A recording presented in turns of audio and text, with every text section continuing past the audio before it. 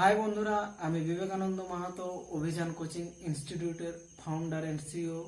আজকে আমি West Bengal board of secondary এডুকেশনের 10ম শ্রেণীর ভৌত বিজ্ঞান বিষয়ের একটা অধ্যায় নিয়ে আসছি, যেটার নাম হচ্ছে চলতড়িৎ। এর আগে আমরা চলতড়িৎ সম্বন্ধে দুটো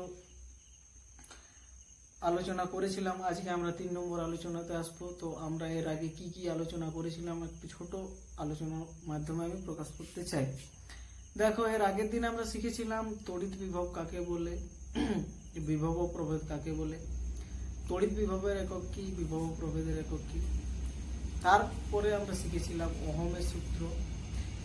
ওহমের সূত্রে আমরা পেয়েছিলাম রোধ, রোধের একক ইত্যাদি ইত্যাদি আমরা পেয়েছিলাম। তো আজকে আমরা অধ্যায়টির একটি বিষয় নিয়ে আলোচনায় আসবো। সেটা হচ্ছে যে ওহমের সূত্র থেকে রোধের সংজ্ঞা। তার আগে আমি একটা বিষয় বলতে চাই। এর আগের দিন আমরা শিখেছিলাম যে 1 ভোল্ট কাকে বলে। 1 ভোল্ট আমরা তাকে বলি, যেমন ধরো একটি একক ধনাত্মক আধানকে অসীম দূরত্ব থেকে তড়িৎ ক্ষেত্রের কোনো এক বিন্দুতে নিয়ে আসতে যদি 1 জুল কার্য করতে হয়, তাহলে তড়িৎ ক্ষেত্রের ওই বিন্দুতে যে বিভবের সৃষ্টি হয় তাকে আমরা বলে থাকি 1 ভোল্ট। তো আমরা দেখো সেদিনের আলোচনায় কি কি পেয়েছিলাম। সেদিন আমরা 1 ভোল্টের আলোচনায় পেয়েছিলাম কুলম এবং জুল। কুলম এবং জুল। 1 ভোল্ট আমাদের পেতে গেলে আমাকে 1 কুলম আর 1 জুলের আলোচনায় আসতেই হয়। তাহলে ভোল্ট, কুলম আর জুল এদের মধ্যে একটা আমরা সম্পর্ক পাই। সম্পর্কটা হচ্ছে 1 volt is equal to 1 joule by 1 coulomb, অর্থাৎ volt is equal to joule by coulomb. এটা তোমরা কিন্তু মনে রাখবে, পরীক্ষায় এ ধরনের কোশ্চেন এসে থাকে যে 1 ভোল্ট ইজ ইকুয়াল টু কত। তো আশা করি তোমরা বুঝেছো এটা। এরপর আমরা আসবো ওহমের সূত্র থেকে রোধের সংজ্ঞা। এর আগের দিন আমরা ওহমের সূত্র পড়েছি। ওহম এর সূত্র সম্বন্ধে বিস্তারিত একটা ছোট্ট আলোচনায় এসেছিলাম। তো আজকে আমরা ওহমের সূত্র থেকে রোধের সংজ্ঞাটা জানবো কি। দেখো, কোনো পরিবাহীর দু প্রান্তের বিভব প্রভেদ ভি হলে এবং পরিবাহীর মধ্য দিয়ে তড়িৎ প্রবাহ মাত্রা আই হলে ওহমের সূত্রানুযায়ী ভি ভেরিজেস আই। তাহলে ওহমের সূত্রে আমরা কি শিখেছিলাম যে যদি একটা কোনো পরিবাহীর দুই প্রান্তের বিভব প্রভেদ ভি হয় এবং পরিবাহীটির মধ্য দিয়ে যদি প্রবাহ মাত্রা আই হয়, তাহলে আমরা ওহমের সূত্র অনুযায়ী বলতে পারি ভি ভেরিজেস আই, অর্থাৎ বিভব প্রভেদ ভেরিজেস প্রবাহ মাত্রা। তো বিভব প্রভেদ এবং প্রবাহ মাত্রার মধ্যে যে সম্পর্কটা, সেটা হচ্ছে ভি ভেরিজেস আই। এখানে একটা জিনিস তোমরা দেখবে, লক্ষ্য করো যে ভি ভেরিজেস আই অর্থাৎ ভি এর সাথে আই রয়েছে সমানুপাতিক। আমার ভি যত বাড়বে আয়ও কিন্তু সেই সমহারে আয়ও বাড়তে থাকবে। আমার ভি যদি 2 ভোল্ট বাড়ে, প্রবাহ কিন্তু 2 অ্যাম্পিয়ার বাড়বে। অর্থাৎ ভোল্ট এবং প্রবাহ মাত্রার মধ্যে যে সম্পর্ক, সেই সম্পর্কটা হচ্ছে সমানুপাতিক।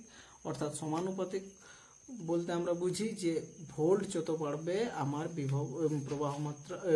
বিভব প্রভেদ যত বাড়বে, প্রবাহ মাত্রাও কিন্তু ততটা পরিমাণে বাড়তে থাকবে। এটাই হচ্ছে বিভব প্রভেদ এবং প্রবাহ মাত্রার মধ্যে সম্পর্ক। তারপরে আমরা যখন এই সমানুপাতিক চিহ্নটাকে রিডিউস করছি, তখন আমরা পাচ্ছি V is equal to I R. এই V is equal to I R পাচ্ছি কারণ যখন আমরা কোনো একটা সমানুপাতিক চিহ্নকে রিডিউস করে থাকি, তখন আমরা সমান চিহ্ন পাই। এই সমান চিহ্ন হওয়ার পর আমার ডান দিকে যেটা থাকে তার সাথে একটা ধ্রুবক কিন্তু গুণ হয়ে থাকে। যেমন এখানে আই আছে, আমার আয়ের সাথে আমার আর গুণ হয়ে আছে। তাহলে আর হচ্ছে একটা ধ্রুবক। এই আর কে আমরা বলে থাকি রোধ। এই আর কে আমরা বলে থাকি রোধ। তাহলে আর ইজ ইকুয়াল টু আমরা ভি বাই আই পেতে পারি। তাহলে আর ইজ ইকুয়াল টু আমরা পাচ্ছি ভি বাই আই, অর্থাৎ বিভব প্রভেদ বাই প্রবাহ মাত্রা। তাহলে এই ওহমের সূত্র থেকেই কিন্তু আমরা রোধের সংজ্ঞাটা পেয়ে গেলাম। তাহলে একে যখন আমরা একটা ভাষায় প্রকাশ করব তখন কি পাবো সেটা দেখো। পরিবাহীর দু প্রান্তের বিভব প্রভেদ ও তড়িৎ প্রবাহ মাত্রার অনুপাতকে রোধ বলে। তাহলে আমরা আগেই বলেছি যে ওহমের সূত্রানুযায়ী কি বিভব প্রভেদ প্রবাহ মাত্রার সমানুপাতিক। অর্থাৎ বিভব প্রভেদ প্রবাহ মাত্রার সমানুপাতিক হলে আমরা যখন একে সমানে পরিণত করছি, ভি ইজিক্যাল টু করছি, তখন ভি ইজিক্যাল টু হচ্ছে আই আর। প্রবাহ মাত্রার সাথে আমার একটা ধ্রুবক বা কনস্ট্যান্ট, গুণ হচ্ছে সেটা হচ্ছে আর। এই আর কে আমরা বলে থাকি রোধ। তাহলে আর ইজিক্যাল টু আমরা পাই ভি বাই আই। অর্থাৎ আমরা যদি একে একটা ভাষায় রূপ দিই R equal to V by I কে, তাহলে আমরা বলতে পারি যে পরিবাহীর দুই প্রান্তের বিভব ও প্রভেদ এবং প্রবাহ মাত্রার অনুপাতকেই কিন্তু আমরা রোধ বলে থাকি। রোধ বলে থাকি। রোধকে ইংরেজিতে বলা হয় রেজিস্ট্যান্স। রেজিস্ট্যান্স। এরপরে আমরা আসবো রোধের একক নিয়ে। দেখো, এসআই পদ্ধতিতে রোধের একক হচ্ছে ওহম। এসআই পদ্ধতিতে রোধের একক হচ্ছে ওহম। ওহমকে কিন্তু আমরা ঠিক এই রকম ভাবে প্রকাশ করে থাকি। এই রকম ভাবে আমরা ওহমকে প্রকাশ করে থাকি এবং ওহমকে লিখি ও এইচ ওম ইংরেজিতে এবং বাংলায় ও হ আর মু। এটা হচ্ছে এসআই পদ্ধতিতে রোধের একক ওহম। এরপরে আমরা আসছি সিজিএস পদ্ধতিতে রোধের একক। সিজিএস পদ্ধতিতে রোধের একক কি? সিজিএস পদ্ধতিতে রোধের একক হচ্ছে ওহম ইনভার্স। সিজিএস পদ্ধতিতে রোধের একক ওহম ইনভার্স। ওহম ইনভার্স অর্থাৎ যখন আমি ইনভার্সটা উঠাচ্ছি এখান থেকে, তখন আমি পাচ্ছি 1 by ohm. Ohm inverse is equal to 1 by ohm, যাকে আমরা ইংরেজিতে 1 বাই ও এইচ এম লিখতে পারি। তাহলে 1 বাই ও এইচ এম, এটা যখন আমি ওপরে নিয়ে আসছি ও এইচ এম কে, তখন আমার হয়ে যাচ্ছে এম এইচ ও। তাহলে এম এইচ ও কিংবা ওহম ইনভার্স হচ্ছে সিজিএস পদ্ধতিতে রোধের একক। এরপরে আমরা রোধ, প্রবাহ মাত্রা, ওহমের সূত্র নিয়ে আরো অনেক আলোচনায় আসবো। তার আগে তোমাদের এই বিষয়গুলো জানা খুবই প্রয়োজন ছিল, তাই আমি এই বিষয়গুলোর আলোচনা করলাম। এরপরে আমরা আসছি ওহমের সূত্রটি লেখচিত্রে প্রকাশ করো। ওহমের সূত্রটি লেখচিত্রে প্রকাশ করো। দেখো, ওহমের সূত্রটির আমি একটা গাণিতিক রূপ লিখেছি ভি ইজিক্যাল টু আই আর। অর্থাৎ আমরা ওহমের সূত্র থেকেই পাই ভি ইজিক্যাল টু আই আর। এটা হচ্ছে ওহমের সূত্রের গাণিতিক রূপ। দেখো, এখানে একটা জিনিস তোমরা লক্ষ্য করবে, ভি এর সাথে আই সমান আছে এবং আরো ভি এর সাথে সমান আছে। অর্থাৎ ভি যত বাড়বে আইও সেই তত বাড়বে। ভি যত বাড়বে আরও তত পরিমাণে বাড়তে থাকবে। অর্থাৎ V is equal two I R, এই যে একটা আমি সমীকরণ পেয়েছি, এই সমীকরণটার একটা লেখচিত্র যদি আমি অঙ্কন করি তাহলে কি পাবো? দেখো দেখো আমি একটা এক্স অ্যাক্সিস নিয়েছি। এই যে অ্যাক্সিসটা, এটা হচ্ছে এক্স, আর একটা অ্যাক্সিস নিয়েছি ওয়াই, এবং এদের মাঝখানে একটা সরল রেখা নিয়েছি। সরল রেখাটা হচ্ছে ভি ইজিক্যাল টু আই আর। আমার এই যে এক্সিসগুলো নিয়েছি, সেই এক্সিসের এই এক্সিসটার নাম এক্স দিচ্ছি, এটার নাম আমি ওয়াই দিচ্ছি। তাহলে আমার এই বিন্দুটা, অর্থাৎ যে বিন্দুতে আমার শুরু হয়েছে রেখাগুলি, সেই বিন্দুটার নাম আমি দিচ্ছি 0,0, অর্থাৎ মূল বিন্দু। মূল বিন্দু থেকে যখন আমি ডান দিকে যাচ্ছি, তখন আমার ভোল্ট দেখো বৃদ্ধি পাচ্ছে। এই যে আমি একটা এরো চিহ্ন দিয়েছি, এই এরো চিহ্নটার অর্থ আমার ভোল্ট কিন্তু 0 থেকে যত এদিকে এগিয়ে যাব বিভব প্রভেদ ততই বাড়তে থাকবে। এবং 0,0 বিন্দুর ওপরে দেখো একটা এরো রয়েছে, সেখানে কি লেখা আছে? আই, ব্র্যাকেটে দেওয়া আছে এম্পিয়ার। এম্পিয়ার অর্থাৎ আই হচ্ছে প্রবাহ মাত্রা, আর প্রবাহ মাত্রার একক হচ্ছে এম্পিয়ার। তো আমার দেখো, যত আমি ওপরের দিকে যাব আমার এরোটা তত ওপরের দিকে যাচ্ছে। অর্থাৎ আমার 0,0 মূল বিন্দু থেকে যতই আমি ওপরের দিকে অর্থাৎ ওয়াই অ্যাক্সিসের দিকে যেতে থাকি, ততই কিন্তু আমার প্রবাহ মাত্রাটা বাড়তে থাকে। ঠিক একই রকম ভাবে 0,0 বিন্দু যত আমি ডান দিকে এগোতে থাকি, ততই আমার বিভব প্রভেদটাও বাড়তে থাকে। বিভব প্রভেদের একক ভোল্ট, তাকে আমি ব্র্যাকেটে লিখেছি। এবং এদের মধ্যবর্তী আমি একটা সরল রেখা পেয়েছি মূল বিন্দুগামী। দেখো 0,0 বিন্দুগামী, এর মধ্যবর্তী আমি একটা সরল রেখা পেয়েছি, অর্থাৎ মূল বিন্দুগামী আমি একটা সরল রেখা পেয়েছি। সরল রেখাটাকে আমি দেখো এখানে কি লিখেছি? ভি ইজিক্যাল টু আই আর। অর্থাৎ ওহমের সূত্র থেকে আমরা একটা জিনিস মনে করতে পারি যে প্রবাহ মাত্রা এবং বিভব পরস্পরের সমানুপাতিক। অর্থাৎ প্রবাহ মাত্রা যত আমার বৃদ্ধি পাবে, বিভবটাও ঠিক সমহারে সেই পরিমাণেই বৃদ্ধি পাবে। ধরো আমি এই বিন্দুটা নিচ্ছি, এই বিন্দু এখান থেকে আমার এই যে এই রেখাটা সংযুক্ত করলাম, এবং এখান থেকে ঠিক ততটাই দূর থেকে, এখান থেকে ধরো আমি 5 সেন্টিমিটার দূরত্বে এই রেখাটির সাথে এই রেখাটি যুক্ত করেছি, এবং 0,0 বিন্দু থেকে ঠিক 5 সেন্টিমিটার দূরত্বেই আমি কিন্তু এই রেখাটির সাথে এই রেখাটিকে, এই রেখাটির সাথে এই রেখাটিকে যুক্ত করেছি। তাহলে দেখো 0,0 বিন্দু থেকে যখন আমি 5 সেন্টিমিটার এগিয়ে একটা রেখা নিয়েছি, আর এখানে ছেদ করেছে রেখাটি, লম্ব রেখাটি, এবং 0,0 বিন্দুতে ওপরের দিকে আমি 5 সেন্টিমিটার ওপরে একটা লম্ব রেখা নিয়েছি, এবং এই লম্ব রেখাটিও কিন্তু একই বিন্দুতে দুটো একটা সরল রেখার উপর ছেদ করেছে। অর্থাৎ যদি আমার এখান থেকে এই যে রেখাটা রয়েছে, এই রেখাটার মধ্যে যদি আমার এখানে বিভব হয় 5 ভোল্ট, তাহলে কিন্তু এই রেখা থেকে এই রেখা যে সংযুক্ত হয়েছে, এখানেও কিন্তু আমার প্রবাহ মাত্রা হবে 5 অ্যাম্পিয়ার। এটা কিন্তু তোমাদের মনে রাখতে হবে। আমার প্রবাহ মাত্রা বাড়ার সাথে সাথে বিভব প্রভেদটাও সমহারে বৃদ্ধি হবে, যেটা আমি তোমাদের আগেই বলেছি। অর্থাৎ আমি যত এই সরল রেখা থেকে 0,0 বিন্দু থেকে যত দূরে এগিয়ে যাব, আমার প্রবাহ মাত্রা বিভব প্রভেদটা বাড়তে থাকবে। ঠিক একই রকম ভাবে যখন 0,0 বিন্দু থেকে আমি উপরের দিকে যাব, তখনও কিন্তু আমার প্রবাহ মাত্রাটা বাড়তে থাকবে। অর্থাৎ এই দিকে যতটা বাড়বে, এই দিকেও ততটাই বাড়বে। আর এই রেখাগুলি যখন একটা বিন্দুতে ছেদ করছে, তখন সেই বিন্দুতে পৌঁছতে গেলে আমার এখানে যে বিভব প্রভেদ লাগছে, এখানেও কিন্তু সেই একই পরিমাণ প্রবাহ মাত্রা লাগছে। তাহলে এই দুটি রেখা একসাথে যে বিন্দুতে মিশেছে, সেই বিন্দুটার আমি নাম দিতে পারি 5,5। আর এর মাঝে যে আমি রেখাটা পেয়েছি, এই রেখাটা হচ্ছে V = I।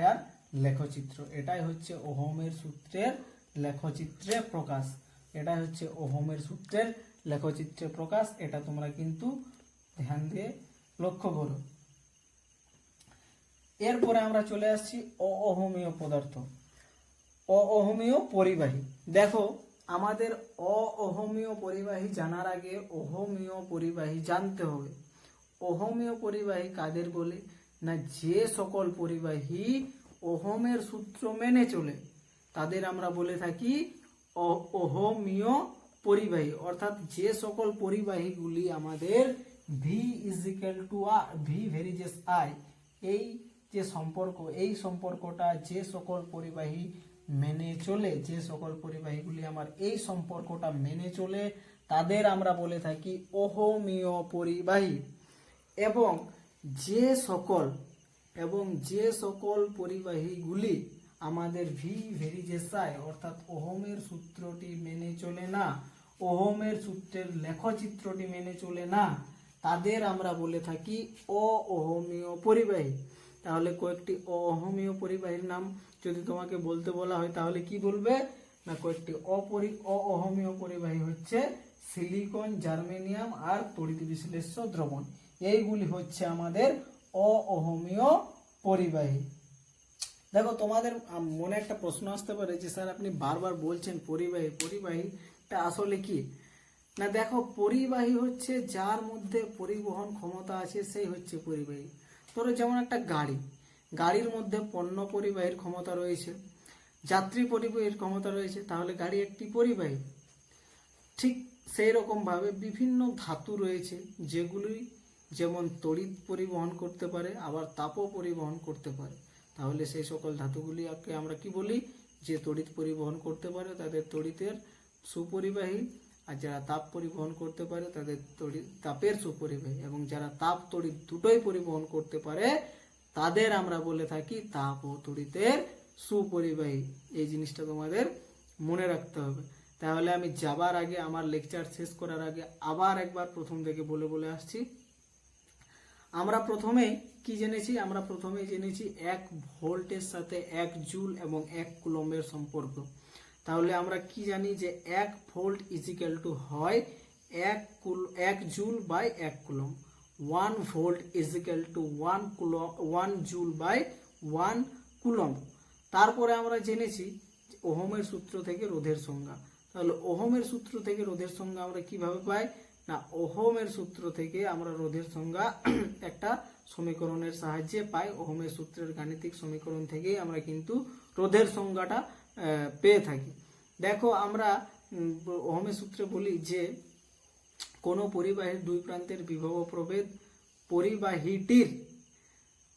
কোনো পরিবাহীর দুই প্রান্তের বিভব প্রভেদ পরিবাহীটির মধ্যে প্রবাহ মাত্রার সমানুপাতিক। অর্থাৎ কোনো পরিবাহীর মধ্যে বিভব প্রভেদ যদি ভি হয় এবং পরিবাহীটির মধ্যে প্রবাহ মাত্রা যদি আই হয়, তাহলে ভি ভেরিজেস আই হয়। এখানে আমি ভেরিজেসটা যখন রিডিউস করছি তখন আমরা পাচ্ছি V is equal to I R. আয়ের সাথে একটা ধ্রুবক গুণ হচ্ছে আর, আরকে আমরা ধ্রুবক বলি। এই যে V is equal to I R পেলাম, এই আরকেই কিন্তু আমরা বলে থাকি পরিবাহীর রোধ। তাহলে পরিবাহীর রোধ আর ইজ ইকুয়াল টু আমরা পাই পরিবাহীর রোধ আর ইজ ইকুয়াল টু আমরা পাই পরিবাহীর রোধ আর ইজ ইকুয়াল টু আমরা পাই ভি বাই আই। পরিবাহীর রোধ আর ইজ ইকুয়াল টু হচ্ছে ভি বাই আই। তাহলে দেখো বিভব প্রভেদ আর প্রবাহ মাত্রার অনুপাতকে কিন্তু আমরা রোধ বলতে পারি। বিভব প্রভেদ এবং প্রবাহ মাত্রার রোধকে আমরা বিভব প্রভেদ এবং প্রবাহ মাত্রার অনুপাতকে আমরা রোধ বলতে পারি। অর্থাৎ দেখো আমরা V is equal to I R ইকুয়েশনটি থেকেই রোধের সংজ্ঞা পেয়ে যাচ্ছি। তাই আমরা বলতে পারি যে ওহমের সূত্র থেকে আমরা রোধের সংজ্ঞাটি নির্ণয় করতে পারি। তারপর আমরা এসেছিলাম রোধের একক নিয়ে। রোধের সিজিএস পদ্ধতিতে একক কি ছিল? রোধের সিজিএস পদ্ধতিতে একক ছিল ওহম ইনভার্স। ওহম ইনভার্স অর্থাৎ 1/ওহম, অর্থাৎ যাকে আমরা ইকুয়ালি লিখতে পারি MHO। এবং এসআই পদ্ধতিতে ওহমের এবং এসআই পদ্ধতিতে রোধের একক হচ্ছে ওহম। এসআই পদ্ধতিতে রোধের একক ওহম, সিজিএস পদ্ধতিতে রোধের একক ওহম ইনভার্স, যাকে আমরা 1/ওহম লিখতে পারি। এবং ফাইনালি সেটাকে আমরা MHO দ্বারাও লিখতে পারি, যাকে আমরা বাংলা কথায় বলি মো। একে কিন্তু সিমেন্সও বলা যায়। তারপরে আমরা এসেছিলাম যে ওহমের সূত্রটি লেখচিত্রে প্রকাশ। ওহমের সূত্রটি আমরা লেখচিত্রে প্রকাশ করতে গেলে কি করেছি? প্রথমে একটা এক্স অ্যাক্সিস নিয়েছি, ওয়াই অ্যাক্সিস নিয়েছি। তারপরে দেখো এক্স অ্যাক্সিস এবং ওয়াই অ্যাক্সিসের মাঝে আমি একটা অ্যাক্সিস নিয়েছি যেটার দূরত্ব যেটা আমার মূল বিন্দু থেকে উৎপত্তি হয়েছে। এটাও মূল বিন্দু থেকে, এটাও মূল বিন্দু থেকে, এটাও মূল বিন্দু থেকে। অর্থাৎ এক্স অ্যাক্সিসকে যদি আমি ভোল্ট নিই এবং ওয়াই অ্যাক্সিসকে যদি আমি অ্যাম্পিয়ার নিই, তাহলে এক্স অ্যাক্সিস এবং ওয়াই অ্যাক্সিস এই দুটির মাঝখানে যে রেখাটি উৎপন্ন হয়েছে, এই রেখাটি হচ্ছে আমাদের ওহমের সূত্রের লেখচিত্র প্রকাশ, যেটাকে আমরা V is equal to I R লিখছি। অর্থাৎ প্রবাহ মাত্রা বাড়ার সাথে সাথে কিন্তু আমার সমহারে বিভব প্রভেদটাও বৃদ্ধি পেতে থাকে। যেমন 0,0 অর্থাৎ মূল বিন্দু থেকে আমি একটা বিন্দু নিয়েছি এখানে, যেটার দূরত্ব হচ্ছে 5 সেমি, এবং 0,0 বিন্দু থেকে আমি আরেকটা উপরের দিকে বিন্দু নিয়েছি যেটারও দূরত্ব 5 সেমি। কেন 5 সেমি? কারণ আমরা জানি যে প্রবাহ মাত্রা বাড়ার সাথে সাথে কিন্তু আমাদেরকে বিভব প্রভেদটাও সমহারে বাড়াতে হবে। এরপরে আমরা দেখো এর মাঝে যে রেখাটি পেয়েছিলাম, সেই রেখাটির সাথে আমি একটা লম্ব রেখা টেনেছি, এবং এই রেখাটির মাঝ থেকে আমি একটা লম্ব রেখা টেনেছি, তাহলে একটা বিন্দু পেয়েছি। অর্থাৎ এই যে রেখাটির মধ্যে দূরত্ব আর এই রেখাটির মধ্যবর্তী দূরত্ব, এই দূরত্বগুলি কিন্তু দুজনেরই সমান হবে। অর্থাৎ আমার এই যে রেখাটি, এটা যদি আমার 5 অ্যাম্পিয়ার হয় এবং এই রেখাটিও কিন্তু আমাকে 5 ভোল্ট হতে হবে, তাহলে আমরা V is equal to I R সমীকরণটির সাহায্যে ওহমের সূত্রের লেখচিত্রে প্রকাশ করতে পেলাম।